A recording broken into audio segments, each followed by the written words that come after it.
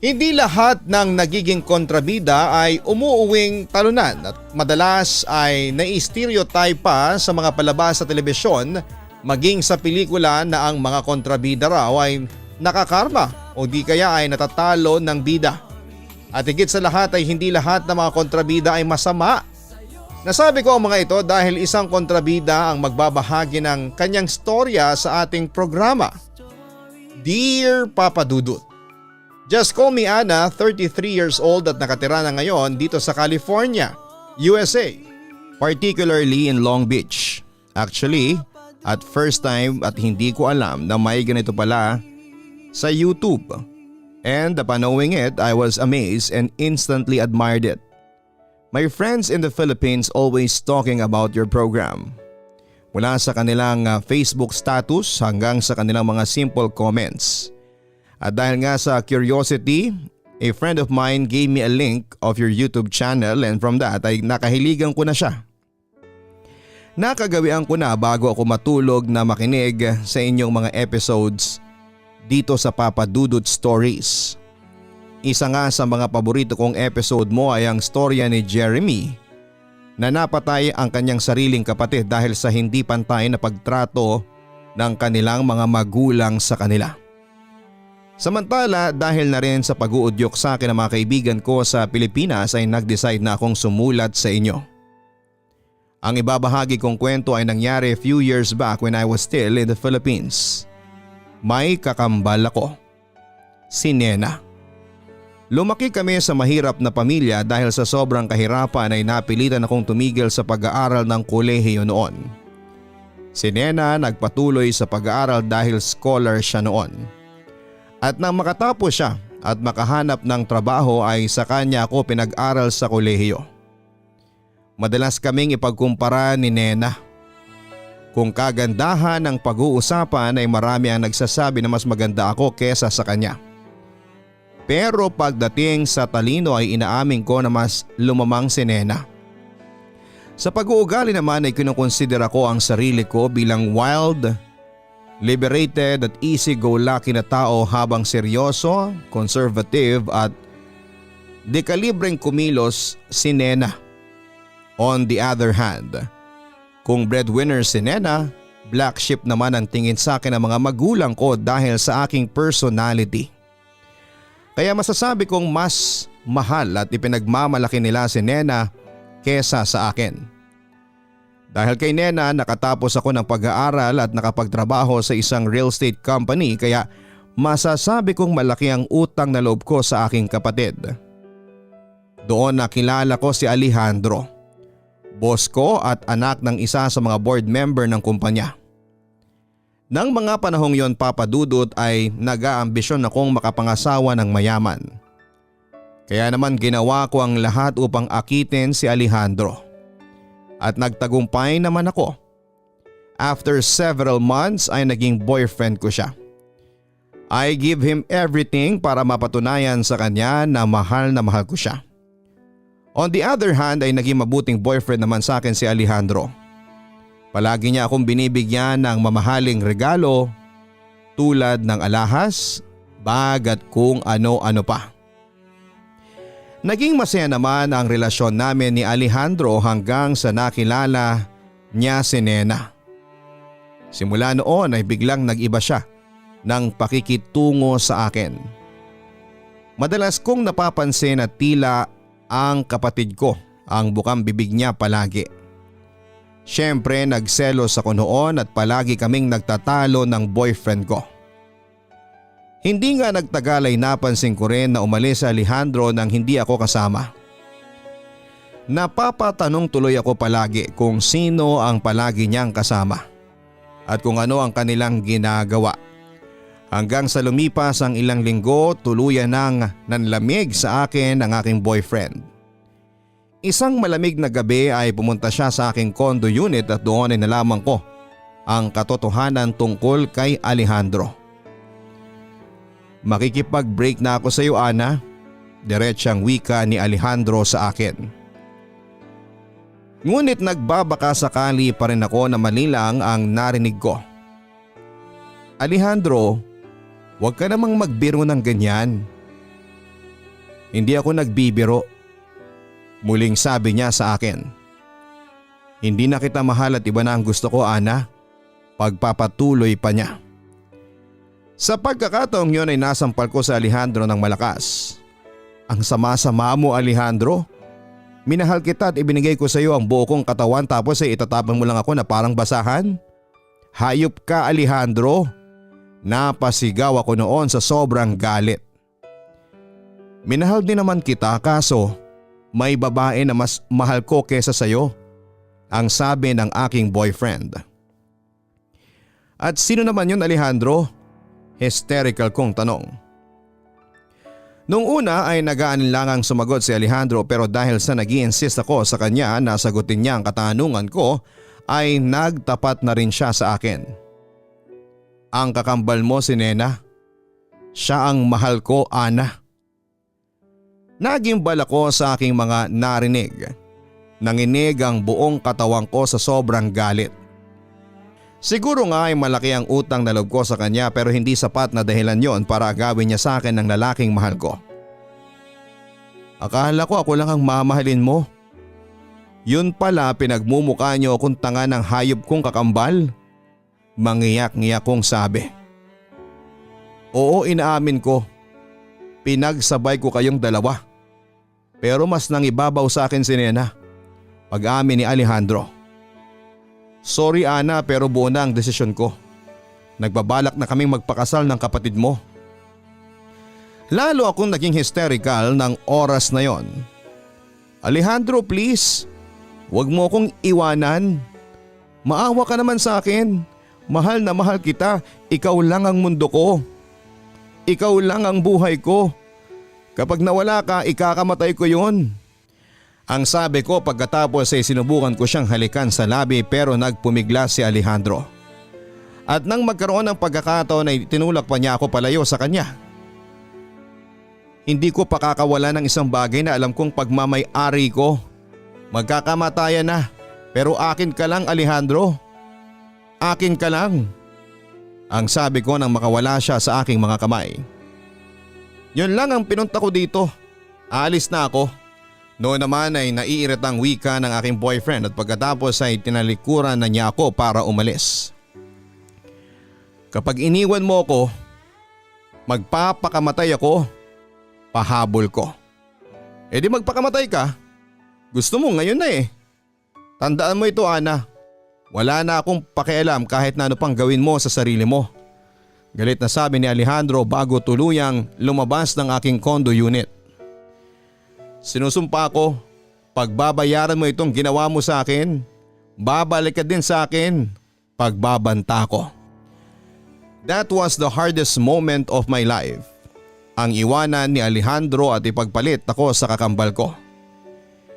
Hindi ko matanggap noon na si Nena pa ang naging karibal ko sa pag-ibig na Alejandro.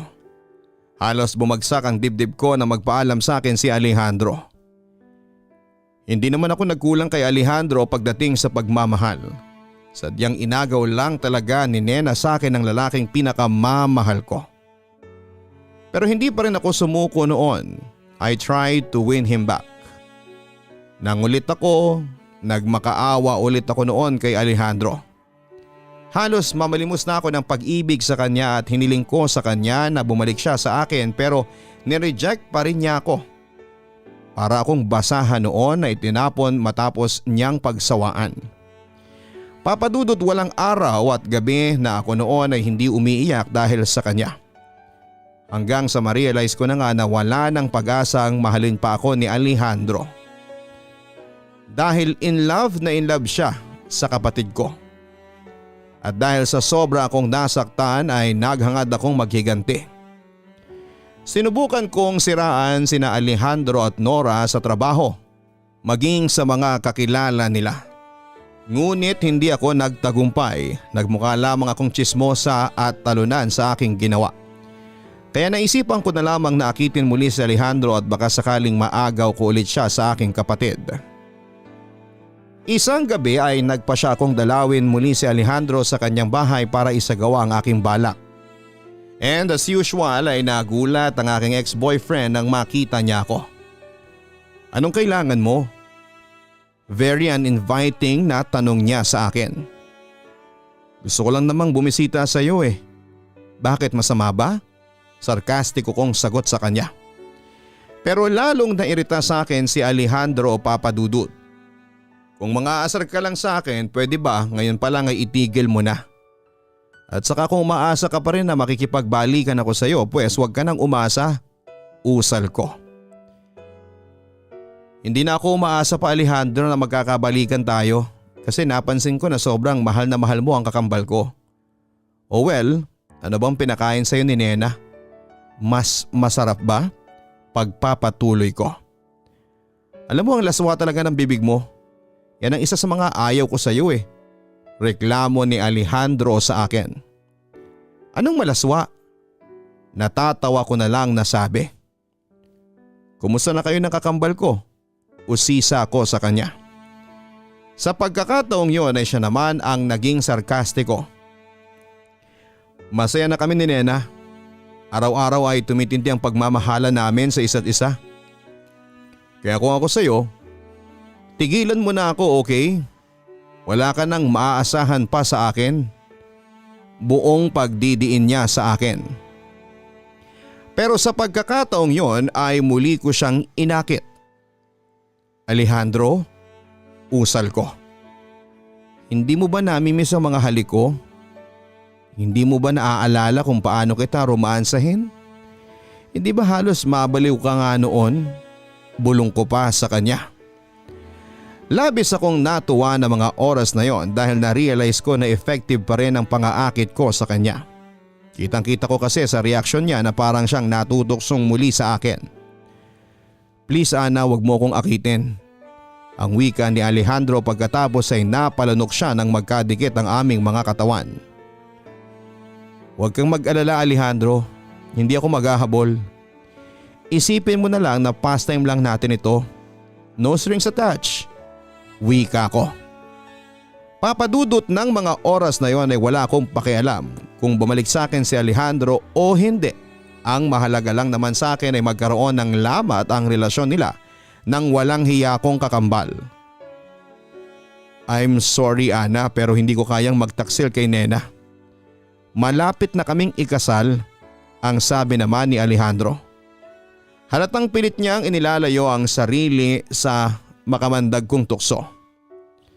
Pero sa halip na hayaan siyang makawala sa akin ay lalo ko siyang ibinaon sa tukso. Alejandro, hindi mo mai-enjoy kung kay Nena lang nakatuon ang atensyon mo.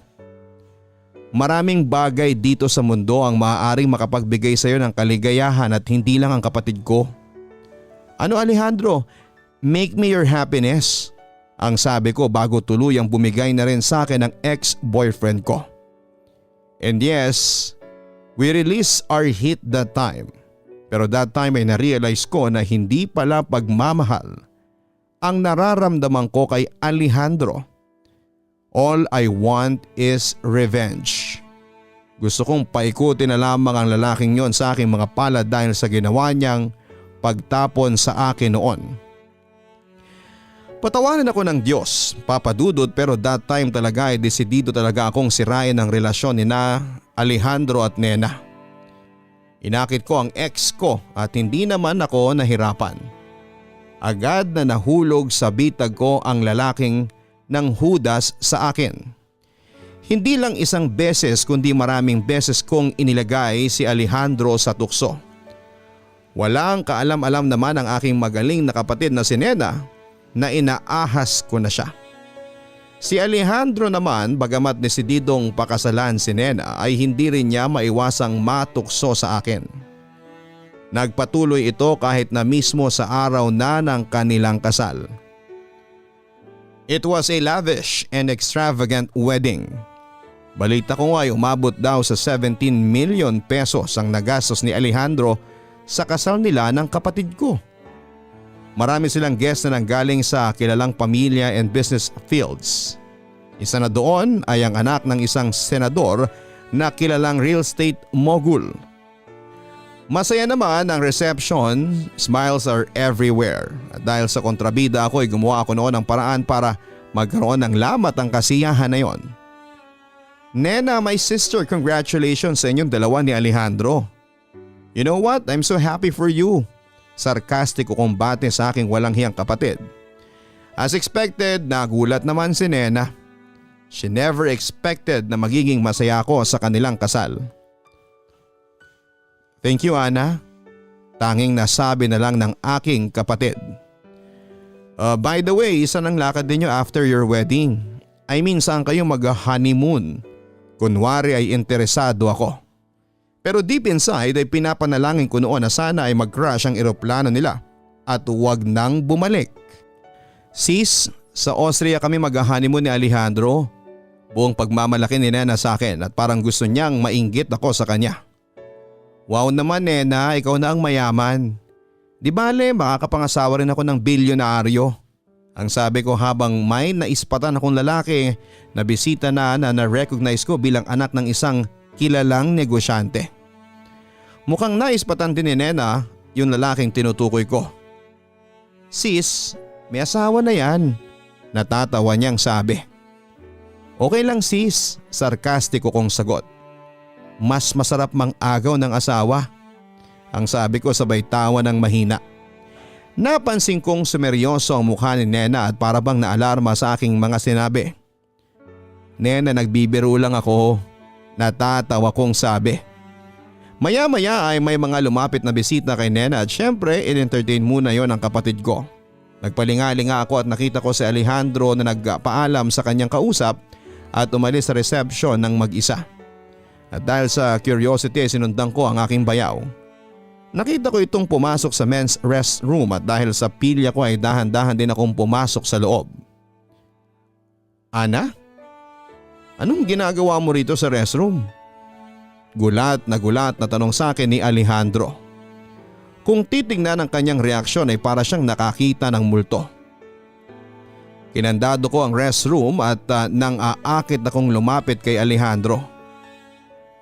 First of all, congratulations sa inyo ng kapatid ko. Married ka na ngayon pero bago ka maangkin ang tuluyan ni Nena, ako munang aangkin sa iyo. Ang sabi ko sabay halik sa lalaking tila hindi alam ang gagawin ng mga oras na yon. Please Ana, may asawa na ako. Pilit na nilalabanan ni Alejandro ang tukso. Ano ngayon kung may asawa ka na? Wala akong pakialam. Besides, tulad ng sinasabi ko, hindi ako maghahabol sa iyo. Gusto ko lang ng kaunting ligaya. Masyado kasing boring ang kasal ninyo ng kapatid ko. Bulong ko sa kanya. Kung dati nakayanan kong magtaksil kay Nena, this time parang hindi ko na kaya. Halos bibigay na si Alejandro noon sa tuksong hatid ko. Pero hindi ko yun pinansin at sa halip ay nagpatuloy lamang ako sa aking ginawa. Naglakbay ang aking mga kamay sa katawan ng aking ex hanggang sa hindi na nito makayanan na labanan pa ang tukso. Ako na siguro ang isa sa mga pinakamasayang real life kontrabida ng panahong yon. Dahil inaahas ko ang asawa ng kapatid ko. Oh well, hindi nyo naman ako masisisi dahil una namang naging akin si Alejandro at si Nena ang unang nagtaksil sa akin. And at that time ay nakalimutan ko ang anumang utang na loob ko kay Nena at sa halip ay napalitan ito ng pagkamuhi at galit sa kanya. Desidido ako noon na pabagsakin sina Alejandro at Nena at hindi ako titigil hanggat hindi ako nagtatagumpay. Samantala matapos ang kasal, nina Alejandro at ng kakambal ko na si Nena ay pinagpatuloy ko ang pakikiapid kay Alejandro. Madalas kaming magkita ng patago at ginagawa namin ang lahat ng nakagawian naming gawin noon. Madalas ko ring i-brainwash si Alejandro na hiwalayan na ang kapatid ko. Meanwhile ay walang kaalam-alam noon si Nena na tinatraidor ko na siya. Kaya kapag nagkikita kami ay plastikan kaming nagbabatian at nagbebeso-beso pa.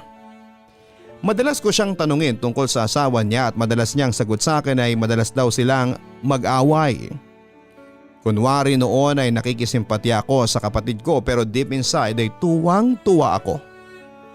Hindi ko lang masabi kay Nena na nakakarma lamang siya sa mga ginawa niya sa akin noon.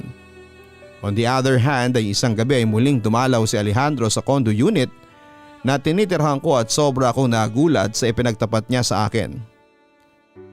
So nag-away kayo ni Nena kasi madalas kanyang dinidiktahan sa gagawin mo?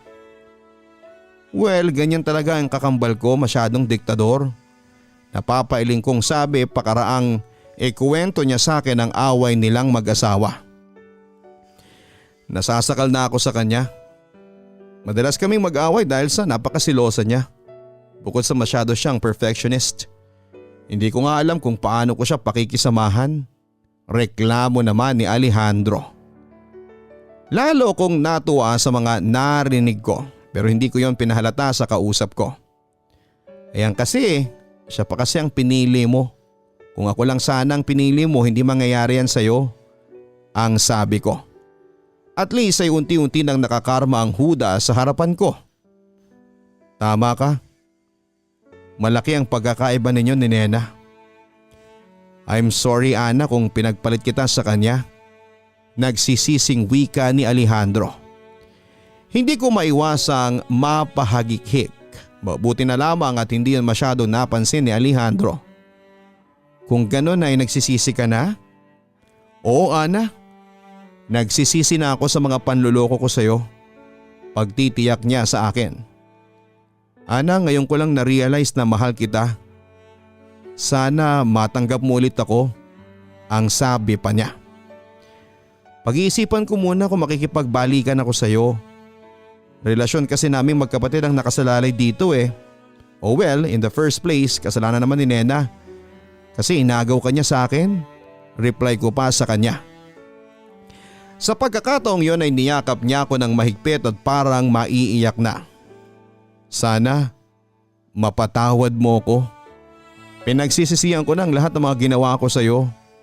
Siguro nga ay karma lang ito dahil sa pangiiwan ko sa iyo. Pero bigyan mo pa sana ako ng pagkakataon na ituwid ang mga pagkakamali ko sa iyo. Aniya. Nagpatuloy ang pagtataksil namin ni Alejandro kay Nena. Sa kabilang banda ay unti-unti nang nawawala ng pagmamahal si Alejandro sa kanyang asawa. Nababalitaan ko noon na madalas silang nag-aaway hanggang sa isang araw ay pinagtapat sa akin ni Alejandro na hiwalay na silang mag-asawa. At dahil doon ay labis akong natuwa. Nagtagumpay kasi ako sa bala ko. Nakaganti na ako. Nagsama kami ni Alejandro at namuhay na parang mag-asawa.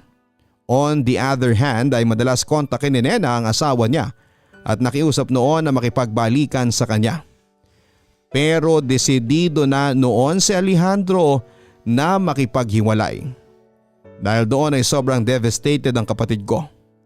Kaya nang mag-cruise ang landas namin ni Nena isang araw.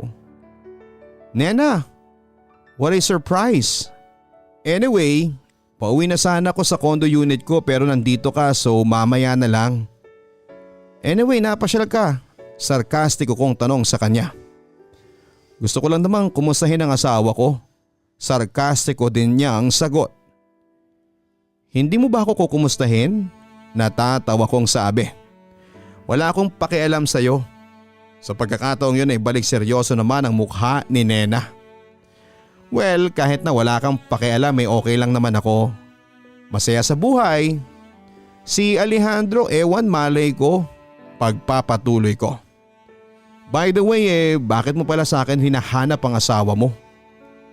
Sa pagkakataong yon ay nagpakita na ng galit si Nena sa akin.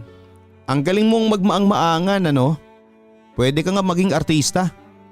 Ang ganda kasi ng acting mo, nakakabilib. Wika niya. Pagkatapos ay dinuro niya ako. Nasaan ang asawa ko? Ilabas mo siya. Hindi ko alam ang sinasabi mo at kung nasaan ang asawa mo. Sagot ko sa kanya and this time ay nagpakita na rin ako ng galit sa aking kapatid. Pero kung itatanong mo kung ano ang ginawa namin, ayon, nagtukaan kami. Pangaasar ko pa kay Nena. Akmang sasampalin ako ng aking kapatid nang mapansin niyang may mga taong nakatitig na sa amin. Kaya kunwari kumalma siya at inaya niya akong lumabas ng lobby at nagtungo kami sa parking area. At doon ay nag-away at nagkasagutan na nga kami. Hayop ka Ana, traidor ka. Ang kapal na mukha mo gagawin sa akin si Alejandro. Galit na galit sa akin ang kapatid ko. Sinampal ko naman siya ng katotohanan. Hoy nena, for your information, ikaw ang mang-aagaw. Inagaw mo sa akin si Alejandro. Pero ako ang asawa niya. Ako ang pinakasalan niya at hindi ikaw. Dagdag pa niya. Medyo nasaktan ako sa mga sinabi niyang yon pero hindi ako nagpatalo sa kanya. Oo, maaaring pinakasalan kanya pero ang tanong, mahal ka ba niya? Hindi. Wika ko habang dinudot-dot ko ang noon niya.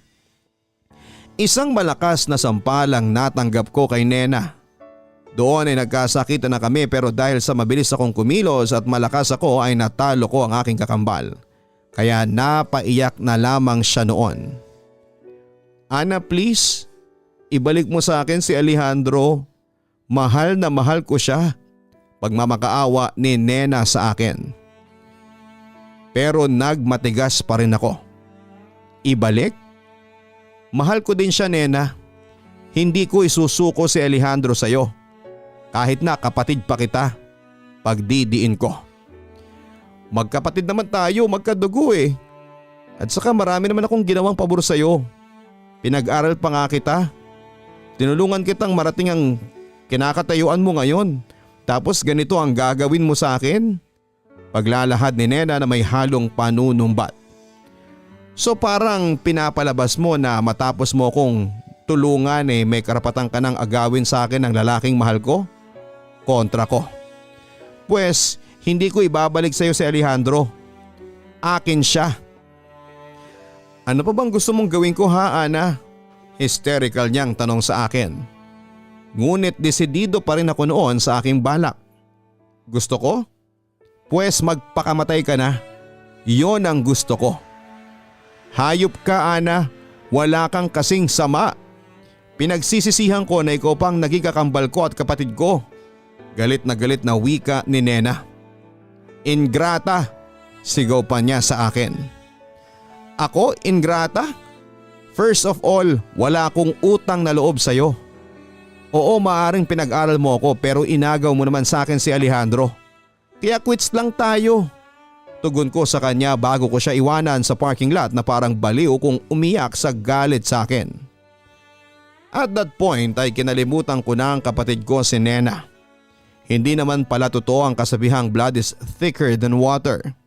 Dahil pareho naming kinakamuhian ang isa't isa. On the other hand ay pinagpatuloy ko ang pakikisama ko kay Alejandro. Tuwang-tuwa ako noon dahil sa wakas ay solong-solo ko na rin siya. Pero nagbago yon nang makilala ko ang nakababata nitong kapatid na si James na nooy kababalik pa lamang ng Amerika. Naging magkaibigan kami ni James at kinalaunan ay nahulog ang loob namin sa isa't isa. The next thing I knew ay mahal na namin ang isa't isa. Kaya wala akong inaksayang panahon at nag-decide na akong hiwalayan na si Alejandro para kay James. I'm sorry Alejandro. Pero gusto ko na makipag-break sa iyo at ayaw ko na. Pag-amin ko sa kanya isang gabi. As expected ay nagulat siya sa mga sinabi ko. Ana, kung nagbibiro ka lang please itigil mo na. Kinakabahan na ako, ang sabi niya sa akin. Seryoso ako Alejandro. Pagod na akong maging kabit. Ayaw ko na. Diretsang sagot kong sagot. Nakita ko naman na halos maiyak si Alejandro sa mga narinig niya mula sa akin. Bakit? Tinakot ka na naman ba ng asawa ko? Tanong niya. Oo. Nagbanta sa akin si Nena na kapag pinagpatuloy ko pa ang pakikiapid sa iyo, kakasuhan niya tayo. Kwento ko bago ako magpasyang umamin sa totoo kong dahilan. At saka Alejandro, may iba na akong mahal. How dare you Ana? Ang sama mo. Minahal kita. Tinalikuran ko ang lahat pati ang sarili kong asawa para sa iyo. Ibinigay ko sa iyo ang lahat tapos iiwanan mo lang ako sa ere. Halos maiyak siya sa galit at pighati ng mga oras na yon. Patawad kung sinaktan kita pero wala akong magagawa. Iba na ang mahal ko, although inaamin ko na minahal din kita. Pero may hangganan din pala yon. paglalahad ko. At sino ang lalaking yan, Ana? Tanong niya sa akin. Si James, ang kapatid mo. Siya na ang mahal ko at hindi na ikaw. Pag-amin ko. At tulad ng aking inaasahan ay nagimbal si Alejandro sa kanyang mga narinig. Hindi siya makapaniwala na ang bunsong kapatid niya ang ipinalit ko sa kanya. Mahal ko si James at nagmamahalan kaming dalawa. At saka Alejandro, nagbabalak na kaming magpakasal, dagdag ko. Akala ko ba ako lang ang mamahalin mo? Yun pala, ginamit mo lang ako? Pinaghigantihan mo lang ako? At ang sama, ang kapatid ko pa ang pinalit mo sa akin? Walang yaka, Ana. Himutok niya. Pagkatapos ay napahagulhol siya sa sobrang sakit ng nararamdaman niya. Yung nangyari sa akin noong iniwanan niya ako ay naranasan naman niya ngayon. Ngayon alam mo na kung gaano kasakit yung ginawa mo sa akin dati, ang sabi ko. Sa pagkakataong yon ay lumuhod si Alejandro sa aking harapan at halos halikan na niya ako sa sapatos. Huwag ko lang siyang iwanan. Huwag mo kong iwanan, Ana. Nagmamakaawa ko sa iyo. Mahal na mahal kita. Hindi ko kakayanin na mawala ka sa akin. Alejandro, ano ba? Tigilan mo nga ako. Bitawan mo ako. For God's sake. Tigilan mo na ang kahibangan mo sa akin. Ang wika ko. Hindi, Ana. Hindi ako titigil sa kahibangan ko. Akin ka lang, Ana. Handa akong ipaglaban ang pagmamahal ko sa iyo. Hysterical niyang sabi sa akin. Sige, Ana, iwanan mo ako pero magpapakamatay ako. Banta pa niya. E di magpakamatay ka. Wala akong pakialam. Naibulalas ko bago ako tuluyang magpaalam sa kanya. Goodbye, Alejandro. Muli kong sinabi sa kanya ng gabing yon. Hindi ko inaasahan ang mga sumunod na mga pangyayari na tila umayo na sa akin ang tadhana. Kung dati si Alejandro ang nang-iwan sa akin para kay Nena, this time ako naman ang nang-iwan sa kanya para kay James. Although inaamin ko na sobra akong na-guilty para kay Alejandro dahil naramdaman ko naman na minahal niya ako.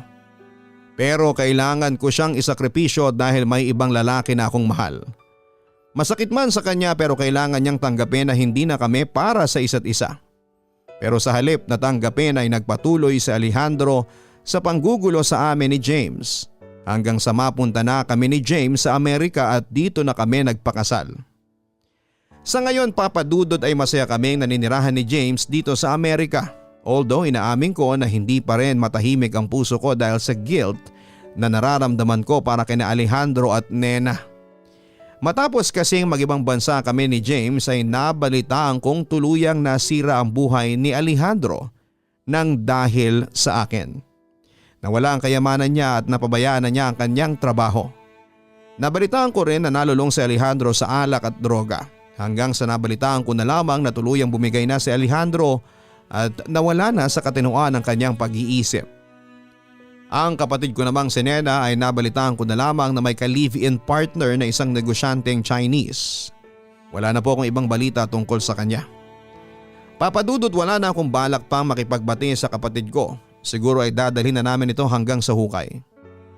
Ang mahalaga sa akin ay napagbayaran nila ang mga ginawa nilang panluloko at pangtatraidor sa akin. Dapat lang sa kanila yon. Hanggang dito na lamang ang sulat ko sa inyo at alam ko na pagkatapos mabasa ito ay tiyak na maraming magagalit sa akin. Pero wala na akong pakialam. In the first place ay hindi naman nila ako kilala at saka hindi nila naramdaman ang mga sakit na idinulot sa akin nina Alejandro at Nena. Revenge is not bad after all. At saka tinulungan na rin ako ng tadhana na gumanti sa mga taong nang agrabyado sa akin. Papa Dudut, maraming salamat for the opportunity and God bless po sa inyo and more power. Lubos na gumagalang, Ana. Nakakagulat at nakakalungkot ang nangyari sa kwento ni Ana, Nena at Alejandro. Walang naidudulot na maganda ang ganitong klase ng paghihiganti. Nagkakasiraan ng magkakapatid ng dahil lamang sa inggit, selos, insecurities at pag-ibig. Hindi sa kinakampihan ko po si Nena, pero Ana, walang naidulot na maganda ang ginawa mong paghihigante. Bagkos ay ito pa ang naging dahilan para makasira ka ng dalawang buhay. Isa na doon ay ang buhay ng iyong kapatid. At personally ay hindi ako naniniwala na habang buhay na kayong magkakagalit ni Nena. Darating din ang panahon ay kailangan ninyong magkabate dahil kahit ano pa ang gawin ninyo, hindi ninyo maitatangging pareho na magkapatid pa rin kayo. Huwag po natin gawing sagot ang paghihigante sa mga taong umagrabyado sa atin.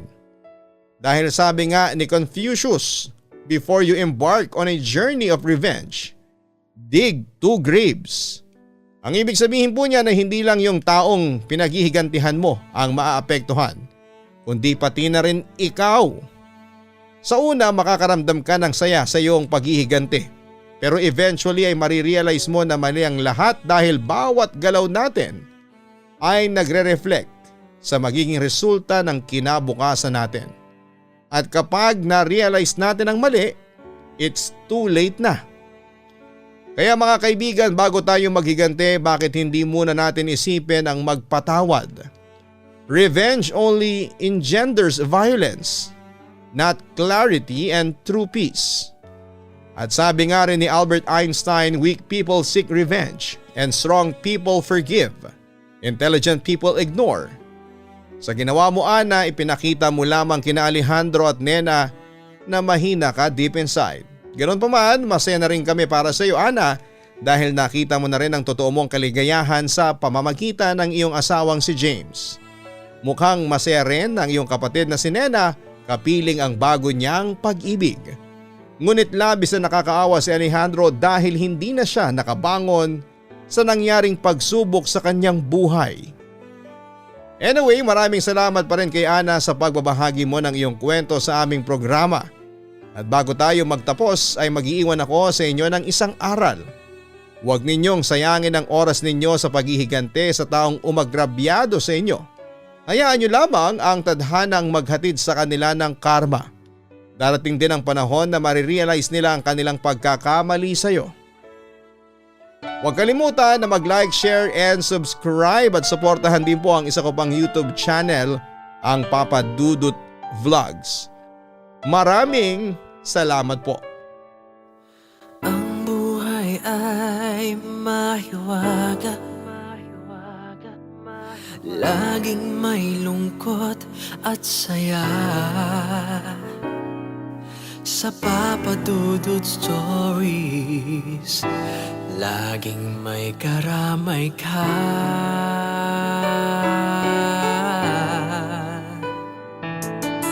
Mga problemang kaibigan, dito ay pakikinggan ka. Sa Papa Dudut Stories, kami ay iyong kasama. Dito sa Papa Dudut Stories, ikaw ay hindi nag-iisa.